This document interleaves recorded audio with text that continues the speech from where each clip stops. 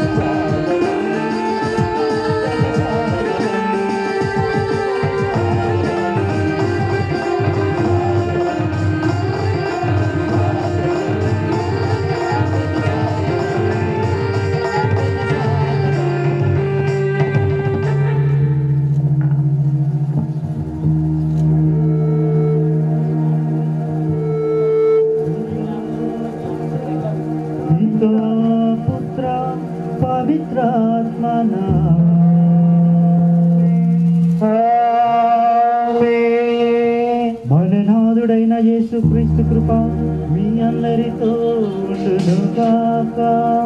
మీ ఆత్మతోనూ ఉండునుగాక. ఈ యొక్క దివ్యబలి భోజనం దేవుడు నా జీవితంలో చేసిన అనేక మేలులను గుర్తుకు తెచ్చుకొని ప్రత్యేక విధముగా ఆయన తన సేవకు నన్ను పిలిచి నన్ను అభిషేకించినందులకు ఈ నా ప్రథమ కృతజ్ఞత పూజా బలి అర్పించుచున్నాను.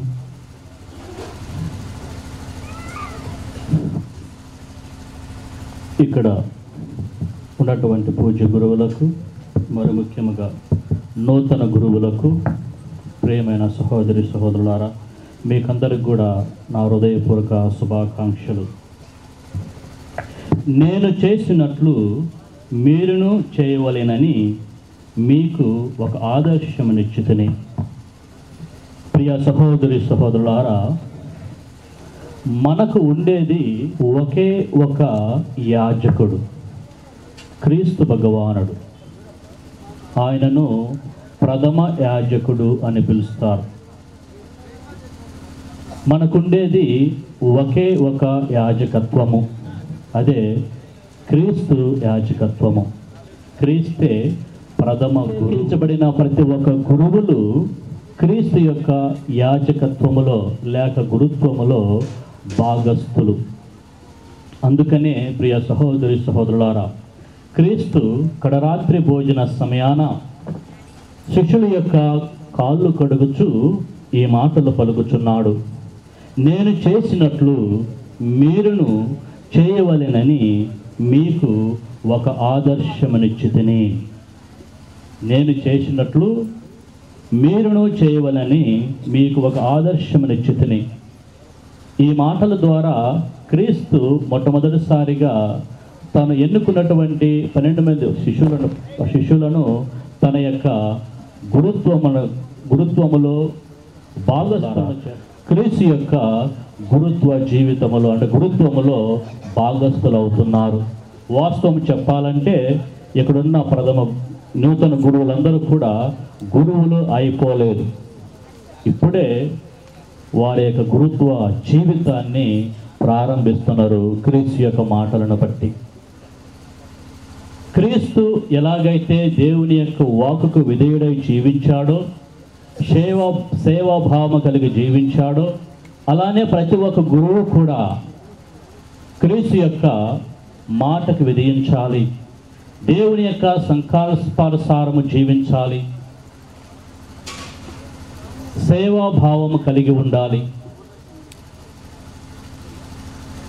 ప్రియ సహోదరి సహోదరులారా, క్రీస్తు యొక్క మాట ప్రకారం జీవించటానికి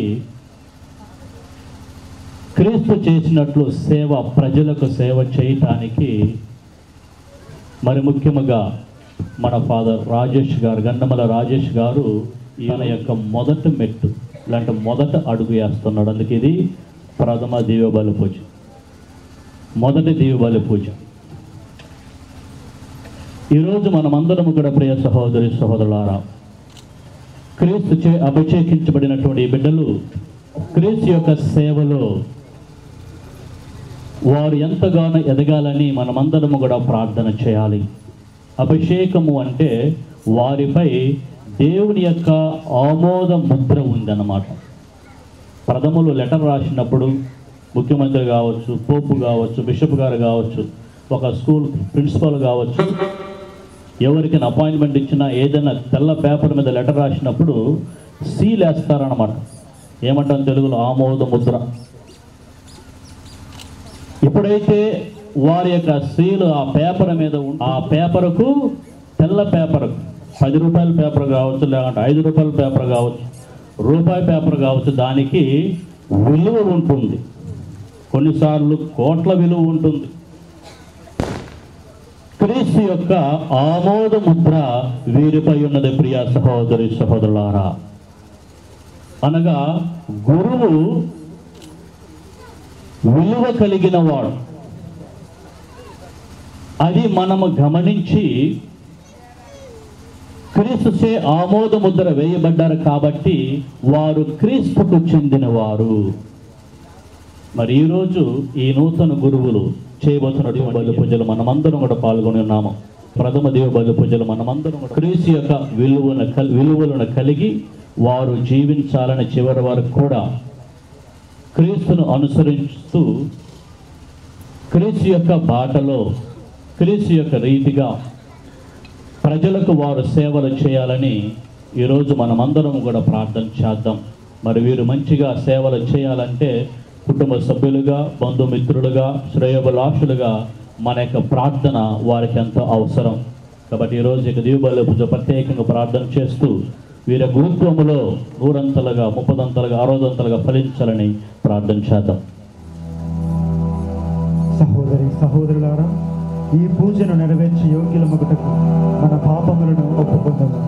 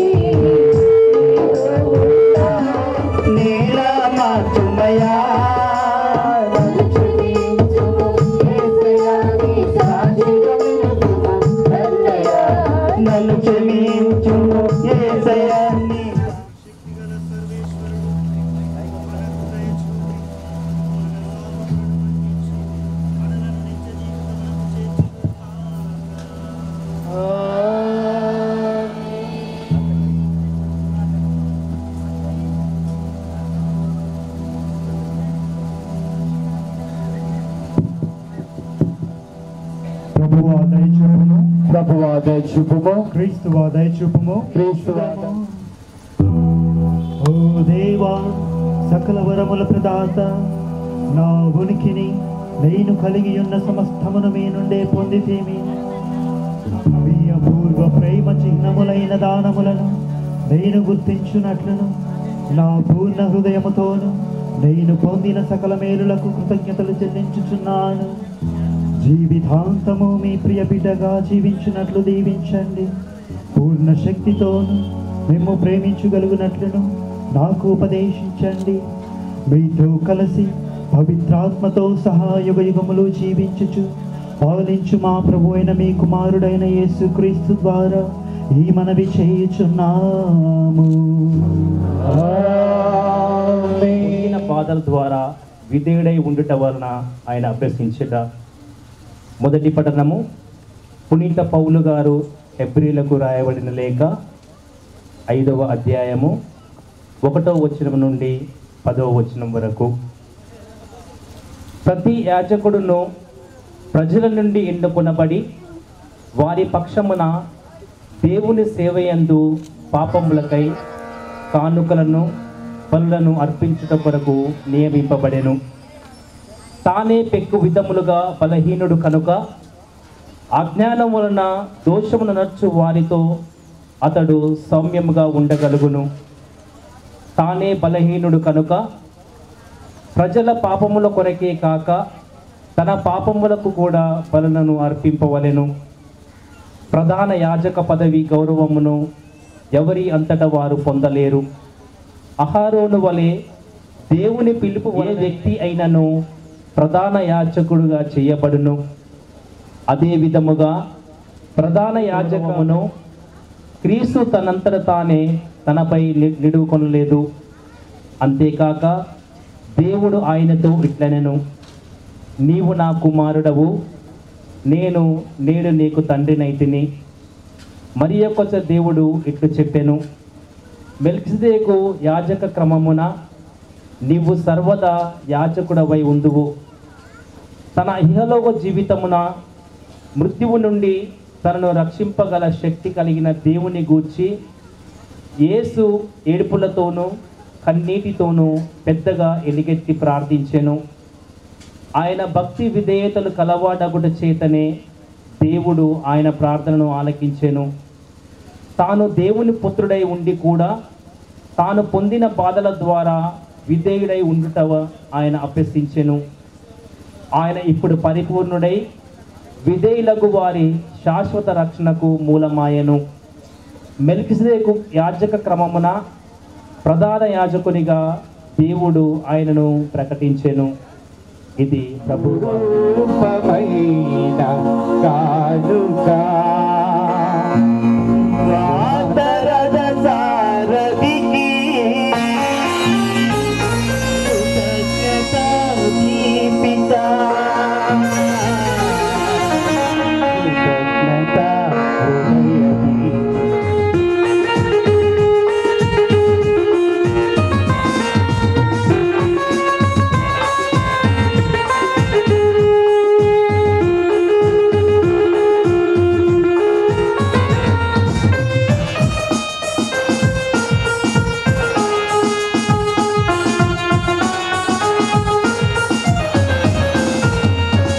ఆనందమే నాకు ఆనందమే, ప్రభు సేవ చేయగ ఆనందమే.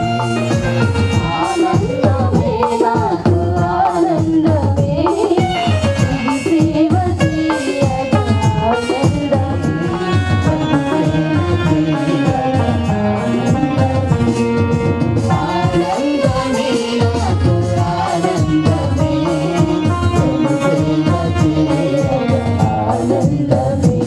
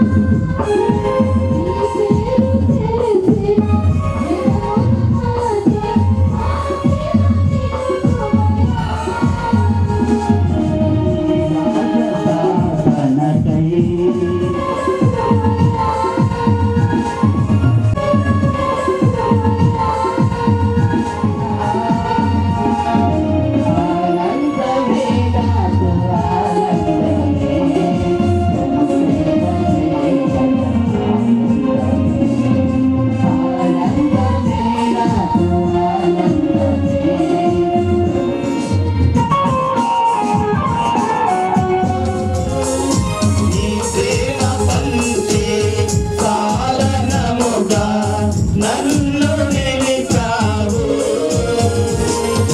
నీ రాజ్య స్థాపనకై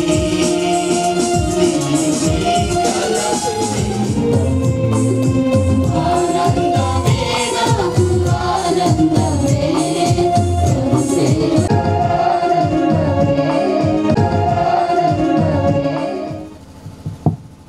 రెండవ పట్టణము 1వ కొరింథీయులకు రాసిన 1వ అధ్యాయము వచనములు 27 నుంచి 31 వరకు. వివేకమంతులను సిగ్గుపడినట్లు చేయుటకు లోకముచ్చే అవివేకులుగా భావింపబడు వారిని దేవుడు ఎన్నుకొనెను. శక్తివంతులను సిగ్గుపడినట్లు చేయుటకు లోకముచ్చే బలహీనులుగా భావింపబడు వారిని ఆయన ఎన్నిక చేసుకొనెను. ముఖ్యమైనదిగా భావింపబడు దానిని నాశనము చేయుటకు అల్పముగా నీచముగా విలువలేనిదిగా ఎంచి దానిని ఆయన ఎన్నుకొనెను. దేవుని సన్నిధిలో ఏ వ్యక్తియు గొప్పలు చెప్పుకొనకుండునట్లు ఆయన ఇట్లు చేసెను. ఆయన జీవము మూలముగా మీరు క్రీస్తు యేసునందు ఉన్నారు. అంతేకాక క్రీస్తును మన వివేకముగా చేసెను. క్రీస్తు ద్వారా మనము నీతిమంతులము, పరిశుద్ధులము, విముక్తులము అయితిమి. కనుక పరిశుద్ధ గ్రంథము చెప్పినట్లుగా గొప్పలు చెప్పదలిచిన వాడు ప్రభువు చేసిన దానిని గూర్చి గొప్పలు చెప్పవలేను. ఇది క్రీస్తు సువిశేషం.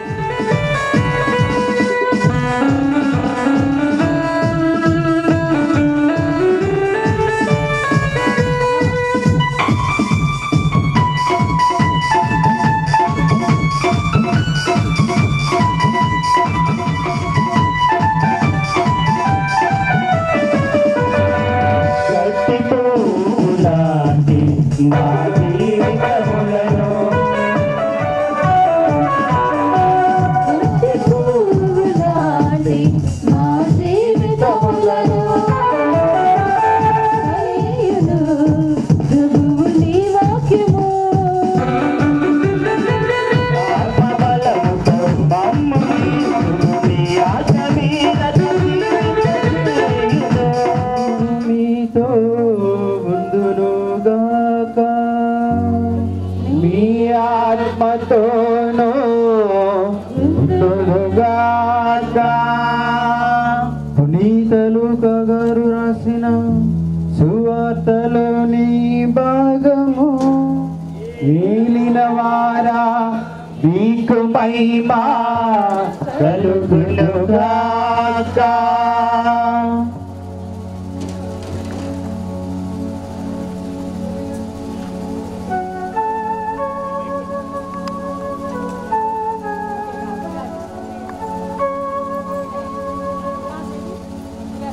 లూకా సువార్త 4వ అధ్యాయము పవిత్ర వచనములు 16 నుంచి 22 వరకు. లూకా సువార్త 4వ అధ్యాయము పవిత్ర వచనములు 16 నుంచి 22 వరకు.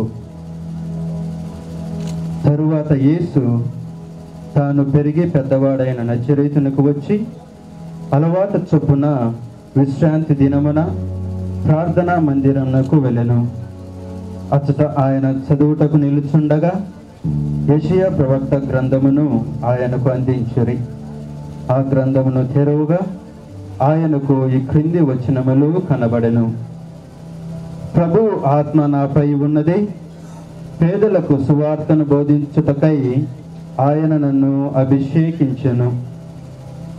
చెరలోనున్న వారికి విడుదలను, గురుడి వారికి చూపును కలిగించుటకును, పీడితులకు విమోచనను కలుగచేయుటకును, ప్రభువిష్టమైన సంవత్సరమును ప్రకటించుటకును ఆయన నన్ను పంపెను.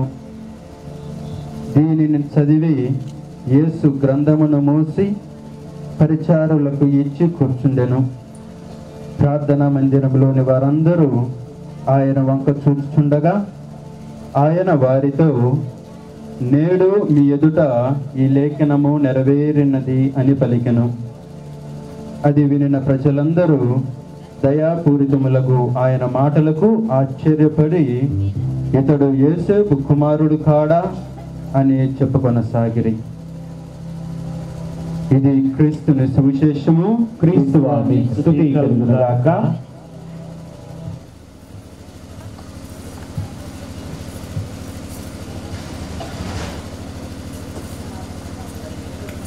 క్రీస్తునాథుని యందు ప్రియ సహోదరి సహోదరులారా, గురుశ్రీ గండమళ్ళ రాజేష్, నూతన గురువులు, ఇతర గురువులు, కన్యాస్త్రీలు, శ్రేయోభిలాషులందరూ ఈ రోజున మనం ఇక్కడ సమావేశమై ఉన్నాము అంటే దానికి ఒక ప్రత్యేకమైనటువంటి కారణం ఉంది. ఇనుపాముల గ్రామం నుండి దేవుడు ఒక యువకుడిని ఎన్నుకొని ఆయన సేవ కోసం తనని ఆశీర్వదించి ఆయన్ని అభిషేకించి ఈనాటి నుండి నీవు నాకు సువార్త ప్రచారకుడుగా ఉంటావు అని ఎన్నుకున్నటువంటి ఈ శుభ సందర్భాన్ని మనం స్మరించుకుంటూ దేవునికి కృతజ్ఞతలు తెలుపుకుంటున్నటువంటి రోజు ఇది. సరిగ్గా సుమారు 12 సంవత్సరాల క్రితం ఒక 30 మంది యువకులు పశ్చిమ గోదావరి జిల్లాలోని నిడదవోలు గ్రామంలో ఉన్నటువంటి సెయింట్ జాన్స్ సెమినరీలో అడుగుపెట్టారు. అందులో ఒక బుడతడు కూడా ఉన్నాడు. ఆ బుడతడే ఈనాటి 7 అడుగుల ఆజానబాహుడు గండమళ్ళ రాజేష్ గురువారికి. ఇది అక్కడ రాసినటువంటి మాటలు అక్షరాల సత్యం. నిన్ను మాతృగర్భమున రూపొందింపక మునుపే నేను నిన్ను ఎన్నుకుంటుని, నీవు పుట్టక మునిపే నిన్ను అభిషేకించి తిని అని ఇర్మియాతో అడిగిన మాటలు. ఇర్మియా ప్రవక్త దేవుని యొక్క వాక్కును విన్నప్పుడు దేవుని యొక్క వాక్ ఈ విధంగా వినిపించింది ఆయనకి. ఇర్మియా అన్నాడు, ప్రభువా నేను చిన్నవాడిని కదా. ఇర్మియా గ్రంథం 1వ అధ్యాయం 5వ వచనం ఒకసారి చదువు. ఇర్మియా గ్రంథం 1వ అధ్యాయం 5వ వచనం. మైక్ ఒకసారి వీళ్ళకి చదివేవా? మైక్ ఒకసారి వీళ్ళకి చదివేవా? ఇర్మియా అంటున్నాడు, ప్రభువా నేను బహు చిన్నవాడిని, ప్రభువా నేను బహు చిన్నవాడిని, ఇంత ఉన్నాను, నేను బుడతడిని, ఇంత ఉన్నాను, నా పెద్ద పని నేనేమంటాను, నా పెద్ద పని, అయితే నేను చిన్నవాడిని. అయితే ప్రభు అంటున్నాడు, నీవు చిన్నవాడివి కాదు, నేను నీతో ఉంటాను, నేను నిన్ను నడిపిస్తాను, నేను చెప్పమన్న మాటలే నీ వాళ్ళకి చెప్పాలి, నేను చేయమన్న పనులే నువ్వు చేయాలి, నేను నీకు తోడుగా ఉంటాను. ఆ విధంగా ప్రియ సహోదరి సహోదరులారా, ఆ 30 మందిలో ఇప్పటికి మిగిలింది 12 సంవత్సరాల తర్వాత మిగిలింది ఇదిగో ఈ 4. వారికి తర్ఫీదునిచ్చినటువంటి రెక్టర్ ఫాదర్ని నేనే మొట్టమొదటి సంవత్సరం. అయితే ప్రియ సహోదరి సహోదరులు ఎందుకు చెబుతున్నాను అంటే, ప్రభు అనేకులను పిలుచుకుంటాడు, పిలువబడిన వారందరూ, కానీ ఎన్నిక కాబడిన వారు కొందరే. యేసుప్రభు ఎప్పుడో చెప్పాడు, చాలామంది వచ్చారు. మేము జాయిన్ అయినప్పుడు కూడా సెమినరీలో 70 మంది 80 మంది ఉండేవాళ్ళు. చివరికి ఎంతమంది గురువులు అయ్యామంటే 10 మంది 15 మంది, అయితే ఒక 20 మంది.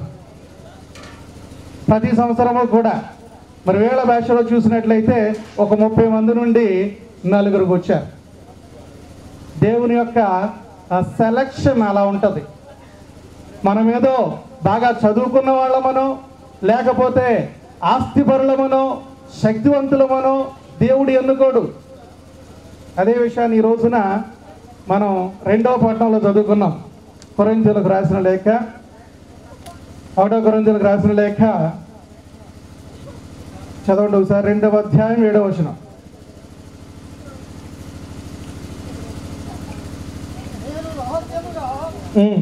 నేను రహస్యముగా ఉన్న దేవుని ఆజ్ఞమును బోధించుచున్నాను. 1 కొరింథీయులకు రాసిన లేఖ 1వ అధ్యాయం 27వ వచనం. వివేకవంతులను సిగ్గుపడినట్లు చేయుటకు లోకముచే అవివేకులుగా భావింపబడు వారిని దేవుడు ఎన్నుకొనెను. దేవుని సెలక్షన్ ఎప్పుడు కూడా మనుషులకు అతీతంగా ఉంటుంది. దేవుడు మనిషి ఒకటి అనుకుంటే వేరే ఇంకేదో అనుకుంటాడు. ఎవరో కూడా రాజేష్ బాబు చిన్నగా ఉన్నప్పుడు ఈయన గురువు అవుతాడు, ఇంత ఎత్తు 7 అడుగులు ఎత్తు ఎదుగుతాడు అని ఎవడెవడు అనుకుని ఉంటారు. నేను కూడా అనుకోలే. ఉన్న వాళ్ళందరిలో చిన్నవాడు వీడే అనుకున్నాను.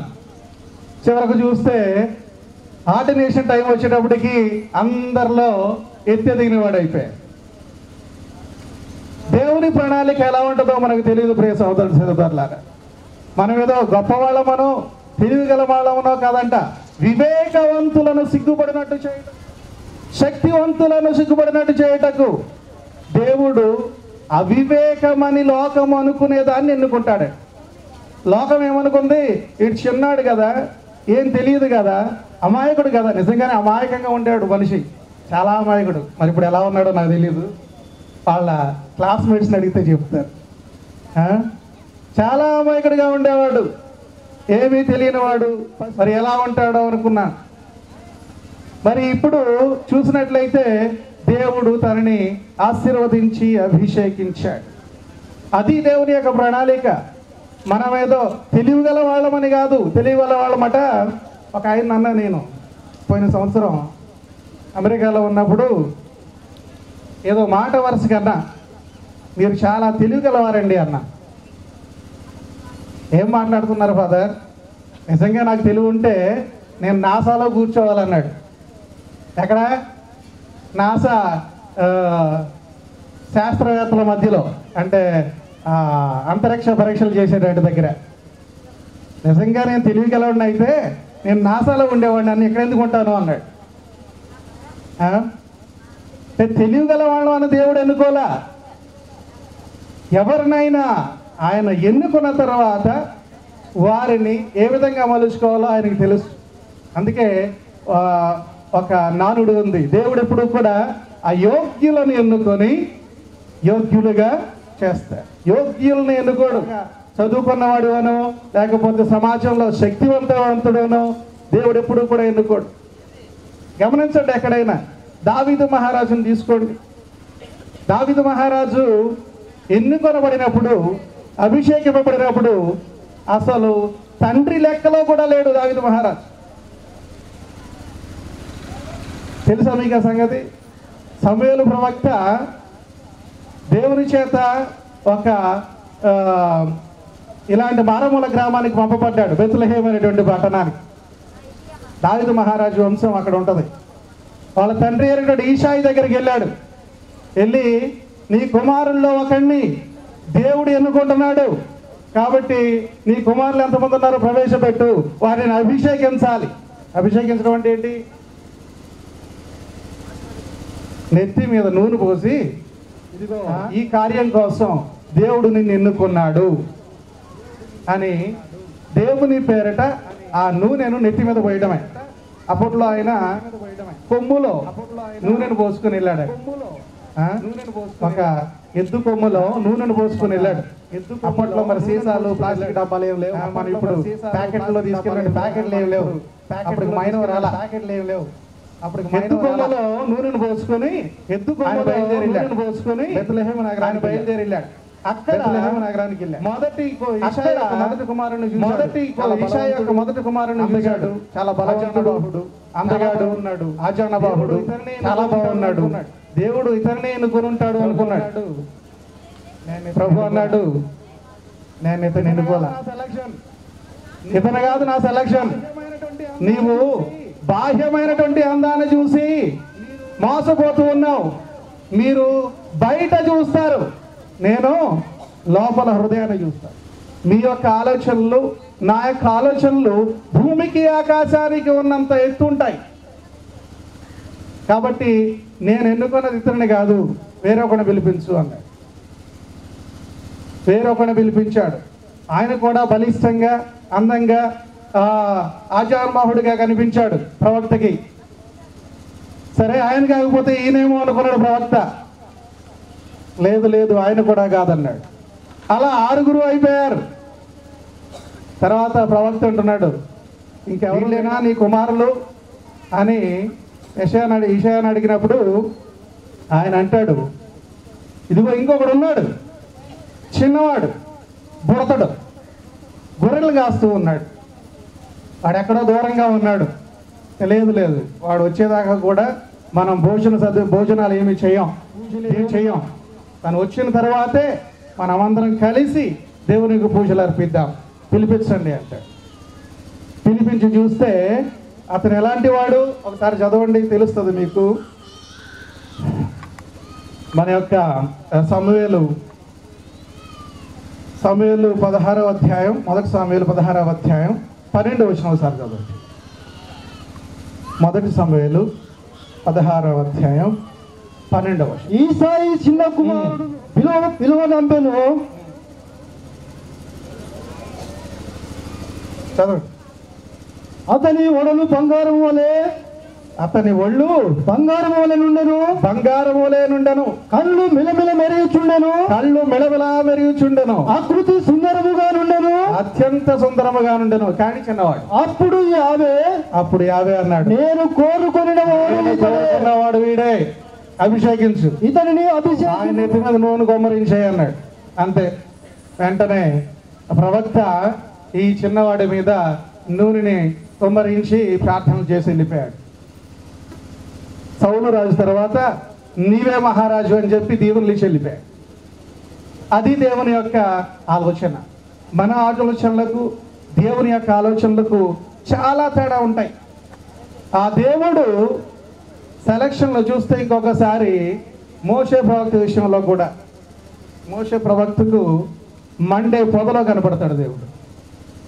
పొద మండుతూనే ఉంటుంది కానీ దహనం అయిపోదు.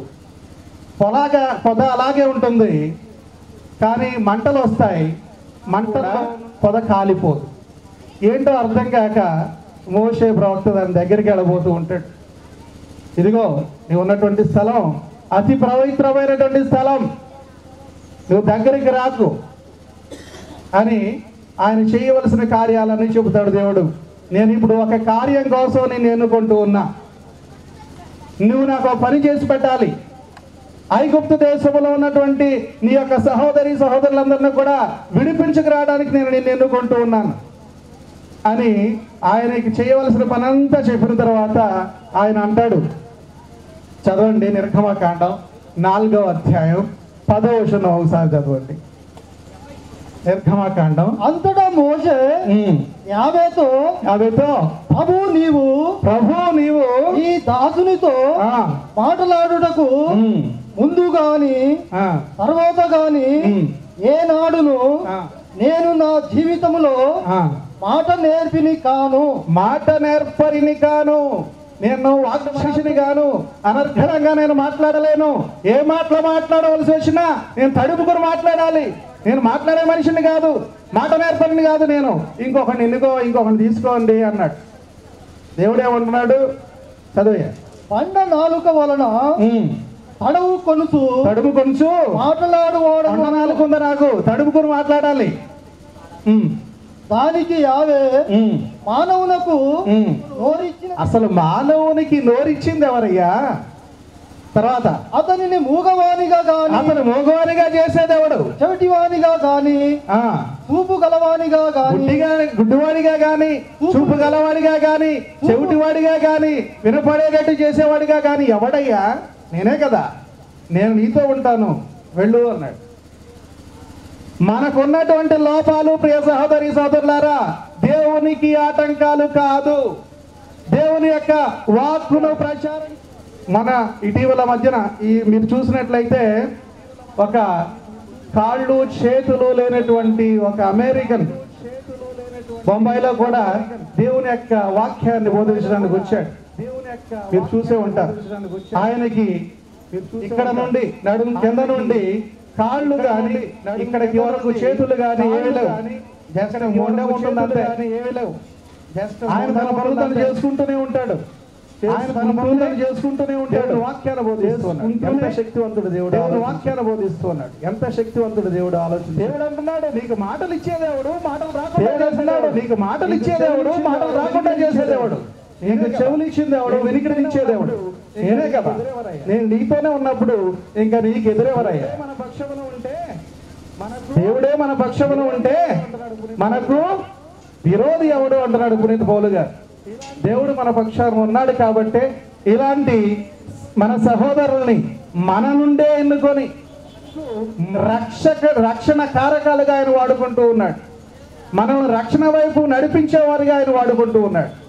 కాబట్టి ఈ రోజున దేవునికి కృతజ్ఞతలు తెలుపుతూ ఉన్నాం. ప్రియ సహోదరి సహోదరులారా, గుండెలను పిండే ఆరాటంలో ఏకధాటిగా 12 సంవత్సరాలు తర్ఫీదు పొంది సిద్ధపాటు పొంది తర్వాత చిట్ట చివరిగా వాళ్ళ యొక్క మత పెద్ద ఎవరైతే ఉన్నారో వాళ్ళు విచారణ గురువులకు ఒక లేఖ పంపిస్తారు. పెళ్లి లేఖ లాంటిది. చదవాలి గుళ్ళో 3 సార్లు. చదివారా మీరు? ఇక్కడ చదివారు కదా. ఇదిగో ఏమైనా ఆటంకాలు ఉన్నట్టయితే ఫలానా గండమల్ల జానేసు అన్నమ్మల కుమారుడైనటువంటి రాజేష్ గారు దేవుని అనుగ్రహం వలన జ్ఞాన వివాహం కాబట్టి అభిషేకం పొందబోతూ ఉన్నారు. కాబట్టి ఏమైనా విజ్ఞాపనలు ఉన్నట్లయితే తెలియజేయవలసిందిగా కోరుతున్నాను అని మీ విచారణ గురువులు మీ యొక్క సంఘంలో అనౌన్స్ చేసే ఉంటారు. చదివారు కదా. చదివానని చెప్పి ఆయన మాట ఇచ్చాడు కాబట్టి మరి ఇక్కడ అభిషేకం జరిగింది. ఎక్కడైనటువంటి తేడా ఉన్నట్లయితే ఈ రోజు మనం ఇక్కడ ఉండేవాళ్ళం కాదు. ఆ విధంగా అన్ని సిద్ధపాట్లు పడి దేవుని పిలుపు నిర్ధారించుకొని విశ్వాస సంఘం అనేటువంటి మీరు ఆమోదించారు కాబట్టి ఏప్రిల్ 26వ తారీఖున శ్రీ శ్రీ శ్రీ పొలిమేర జయరావు బిషప్ గారి చేతుల మీదుగా హస్త నిక్షేపణ ద్వారా ఆయన అభిషేకింపబడి ఇదిగో ఈ రోజున మీ మధ్య నుండి దేవునికి కృతజ్ఞతలు తెలుపుతూ ఉన్నాడు. అమూల్యమైనటువంటి పొందినందుకు మన నూతన గురువులు కృతజ్ఞతను నిండినటువంటి హృదయంతో స్పందిస్తూ దేవునితో చెబుతున్నాడు, నీవు చేసిన మేలులకు నేనేమి ఇచ్చుకోలేను, నా జీవితాన్ని అంతని నేను అర్పిస్తున్నాను. ఇది సత్యం. జీవితం మొత్తం, జీవితంలో సగభాగం కాదు, కొద్దిగా భాగం కాదు. గురువులు తమ జీవితాలను సర్వస్వం దేవుని కోసం, దేవుని ప్రజల కోసం అర్పించుకుంటారు. నా జీవితంలో సగభాగం నా కోసం ఆడుకుంటాను, సగభాగం దేవుని కోసం అర్పిస్తాను అనేటువంటి వాళ్ళు కాదు గురువులు. రాత్రింబవళ్ళు నాకు తెలుసు ఎంతమంది ఇదిగో ఈ తపస్సు కాలంలో కూడా ఇక్కడ ఉన్నటువంటి మన గురువుల్లో కూడా ఎంతమంది సరిగా నిద్రపోలేదో నాకు తెలుసు.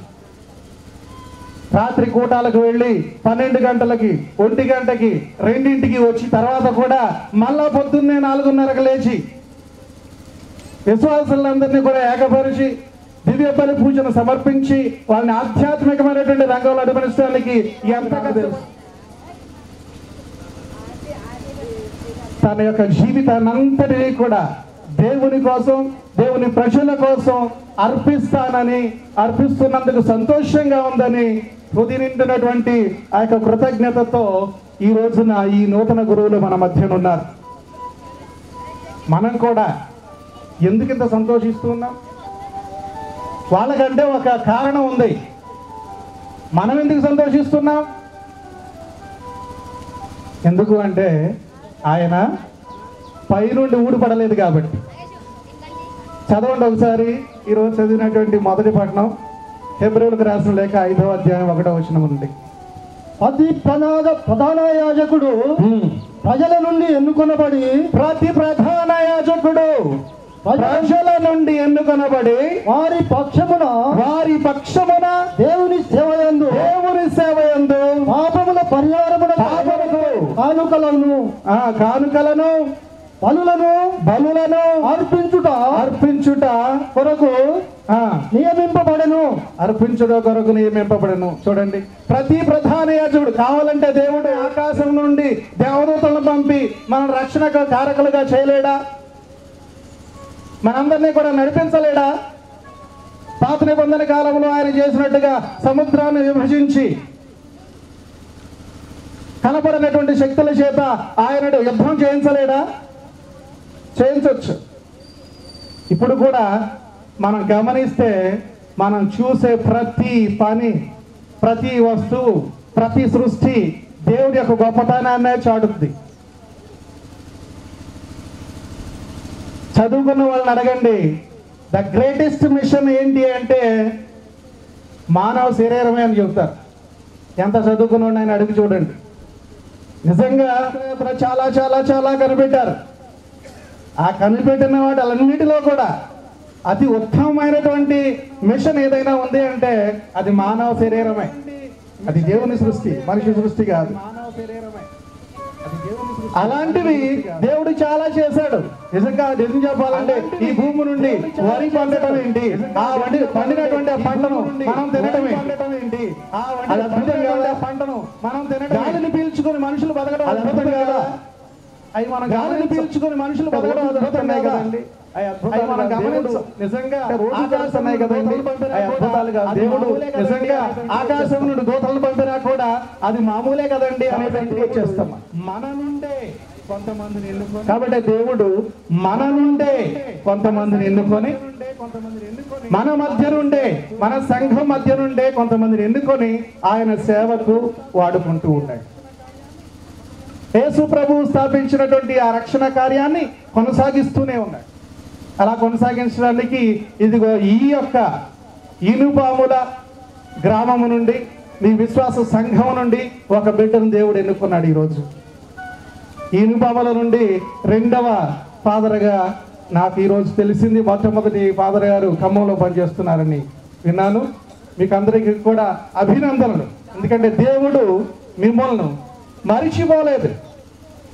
నిజంగా మత్తయి సువార్తలో మనం ఉన్నటువంటి మాట, మత్తయి సువార్త 2వ అధ్యాయంలో 6వ వచనం ఒకసారి చదివితే, యూదయాస్తిమయందలి బెత్లెహేమా నీవు యూదయ పాలకులలో ఎంత మాత్రము అల్పమైనదనవు కావు. నీవు ఆ యూదయ పాలకులలో ఎంత మాత్రము చిన్నదానవు కావు. నిన్ను పాలించేవాడు నీ నుండే వస్తాడు, నీ నుండి ఒక నాయకుడు ఎన్నుకొనబడతాడు. ఇనుపామల అంటే నేను చాలాసార్లు వెళ్ళాను ఈ దారిలో. అసలు ఆ ఇనుపామల అది ఎక్కడుందో నాకు కూడా తెలియదు. ఈరోజు మ్యాప్లో ఇది పెట్టుకుని మరి వచ్చాం, నావిగేషన్, గూగుల్ మ్యాప్లో గూగుల్ చేసినా కూడా ఇనుపామలు కనపడదు మనకి.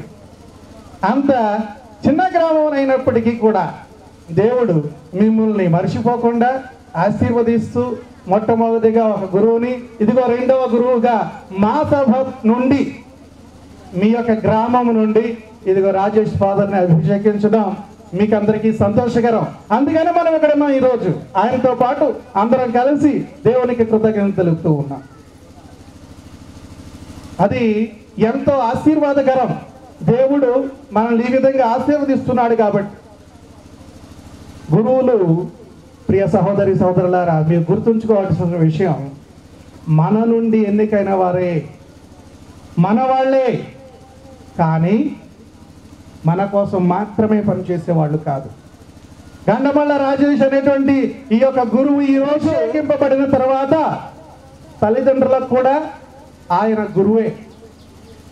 ఈ రోజు నుండి ఏ వరుసలో పిలిచినా మీరు, ఈ రోజు నుండి, ఈ క్షణం నుండి మీరు ఆయన్ను ఫాదర్ అని పిలవాల్సిందే. నీకు బామర్త అయి ఉండొచ్చు, బావ అయి ఉండొచ్చు, తమ్ముడై ఉండొచ్చు, అన్నయ్య ఉండొచ్చు, నథింగ్ డూయింగ్. ఈ క్షణం నుండి ఆయన మీ అందరికీ, మనందరికీ గురువే, ఒక ఫాదర్. క్రీస్తు ప్రతినిధి ఆయన. అపర క్రీస్తు అంటాం. క్రీస్తేసే కనుక ఈ లోకంలో ఉంటే ఆయన ప్రతినిధి ఎలా ఉంటాడో, ఆయనే ఎలా ఉంటాడో చూపించడానికి ఇదిగో ఆయనలో వెతకాలి క్రీస్తు రూపం మనం ఇక నుండి. ఆయన ఒక ఇంటి నుండి పిలువబడ్డాడు. గండమల్ల వారి ఇంటి నుండి వచ్చాడు. మా ఫాదర్ గారు కాదు, మన ఫాదర్ గారు ఆయన ఇక నుండి. మా సంఘం నుంచి వచ్చాడు కాబట్టి మా ఫాదర్ గారండి. నో నో నో నో, మీ ఫాదర్ గారు కాదు, అందరికీ ఫాదరే ఆయన. ప్రపంచంలో ఏ సంఘంలోనైనా పనిచేయచ్చు. కథోలిక సంఘంలో అందరికీ గురువే. కాబట్టి ఆ యొక్క తలంపులు ఏవి పెట్టుకోవద్దు. నిజమే, దేవుడు తన కార్యం కోసం ఎన్నుకున్న మాట వాస్తవమే. అది మన నుండి ఎన్నుకున్న మాట వాస్తవమే. మనకు అనేకమైనటువంటి విభేదాలు ఉన్నటువంటి వాస్తవమే.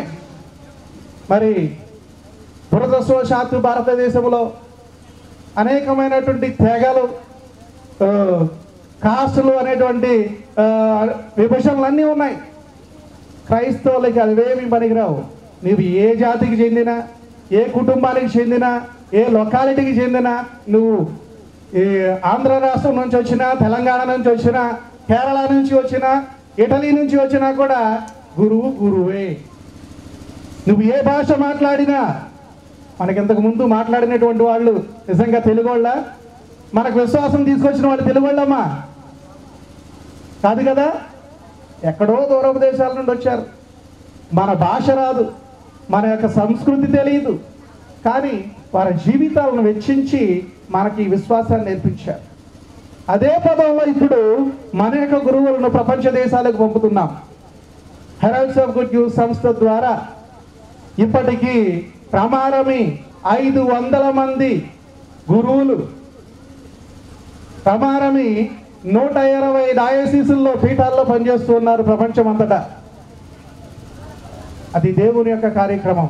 ఒకప్పుడు తెల్లాళ్ళు మన దగ్గరికి వచ్చేవాళ్ళు విశ్వాసాన్ని నేర్పించడానికి. మనం ఇప్పుడు ఎక్కడ నుండి అటు వెళ్తూ ఉన్నాం.